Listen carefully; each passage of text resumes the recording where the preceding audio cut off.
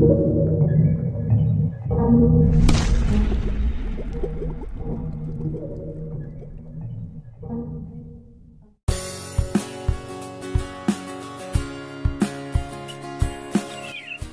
lahan tol Jogja Solo ruas Jogja YIA Kulon Progo terus berproses dengan sejumlah tahapan.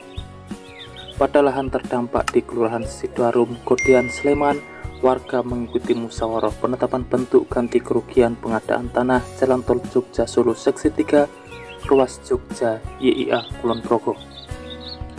Warga terdampak diberikan sejumlah tawaran bentuk ganti kerugian sesuai peraturan yang berlaku. Meski demikian, dengan berbagai pertimbangan dan persoalan teknis, mereka disarankan untuk memilih ganti kerugian dalam bentuk uang, seperti yang telah ditetapkan pada warga terdampak tol Jogja Solo sebelumnya. Kepala Seksi Pengadaan Tanah dan Pengembangan Kantor Pertanahan Kabupaten Sleman, Hari Listantio Prabowo, pada Kamis 1 Agustus 2024 di kantor Kelurahan Sidoarum menjelaskan, agenda musyawarah kali ini untuk membahas bentuk ganti kerugian, bukan besaran ganti kerugian. Berdasarkan peraturan perundang-undangan, bentuk ganti kerugian proyek pemerintah seperti halnya tol Jogja Solo seksi 3 ruas Jogja YIA Kulon Progo ada bermacam-macam. Selain uang, bentuk ganti kerugian dapat berupa tanah pengganti, pemukiman kembali, saham, dan bentuk lain yang disepakati. Adapun mekanisme pengadaan tanah untuk proyek pembangunan tol Jogja Solo seksi 3 ruas Jogja YIA Kulon Progo, Heri menyarankan warga untuk memilih ganti kerugian dalam bentuk uang. Ganti kerugian dalam bentuk uang merupakan bentuk ganti kerugian yang paling mudah, paling cepat, dan bisa segera digunakan warga terdampak. Selain itu, jika ganti kerugian berbentuk tanah, dibutuhkan waktu yang tidak singkat untuk mencari tanah pengganti yang sesuai dengan luasan yang terdampak. Kemudian harus ada panitia khusus yang bekerja untuk menyiapkan tanah pengganti. Sama halnya dengan ganti kerugian berbentuk pemukiman kembali. Mencari tanah dan proses pembangunan ulang pemukiman juga memerlukan waktu. Sedangkan bila ganti kerugian berbentuk saham akan ada hitungan yang lebih rumit dan masyarakat tidak bisa langsung menikmati hasil ganti kerugian. Selain mendiskusikan bentuk ganti kerugian, warga yang ingin menanyakan soal besaran nilai ganti rugi bisa berkonsultasi dengan kantor jasa penilaian pertanahan. Misalnya, menanyakan alasan tanahnya, bangunan atau tanamannya dihargai dengan harga tertentu.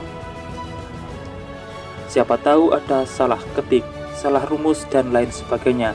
Jika misalnya nanti warga setelah mendapat penjelasan dari KJPP masih berat dengan harga yang dirasa kurang tepat, nanti bisa mengajukan keberatan karena warga difasilitasi itu. Namun Hari mengedepankan langkah-langkah mediasi ketimbang harus sampai pengadilan.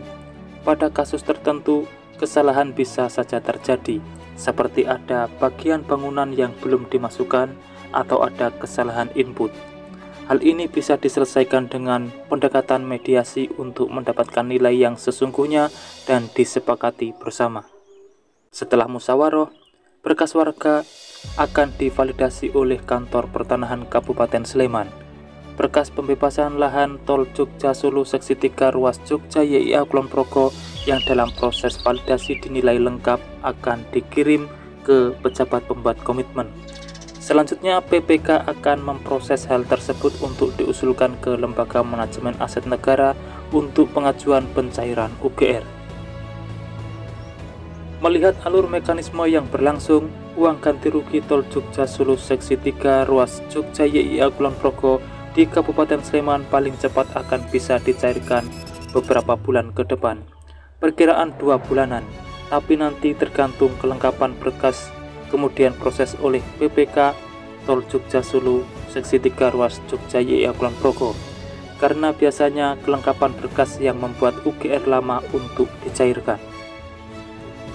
Maka dari itu, himbauan bagi warga yang terdampak diharapkan bisa melengkapi berkasnya, sehingga proses pengajuan UGR juga bisa lancar.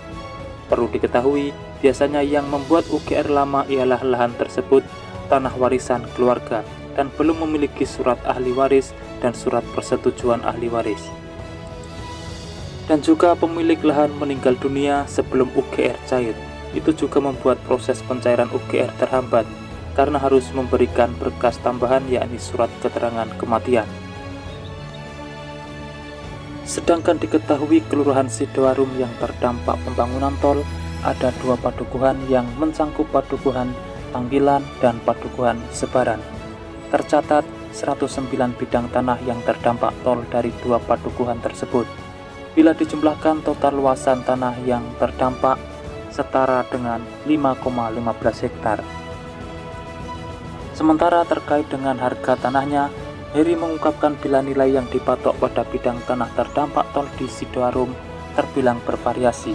Besaran harga yang ditetapkan tak bisa dilepaskan dari letak dan jenis bidang tanah yang terdampak tol. Misalnya harga per meter persegi pekarangan pinggiran jalan kabupaten tentu berbeda dengan harga sawah pinggir jalan kabupaten. Harganya juga berbeda lagi dengan sawah dalam atau sawah dalam dekat jalan kabupaten maupun dengan harga sawah pinggir jalan desa dan sebagainya.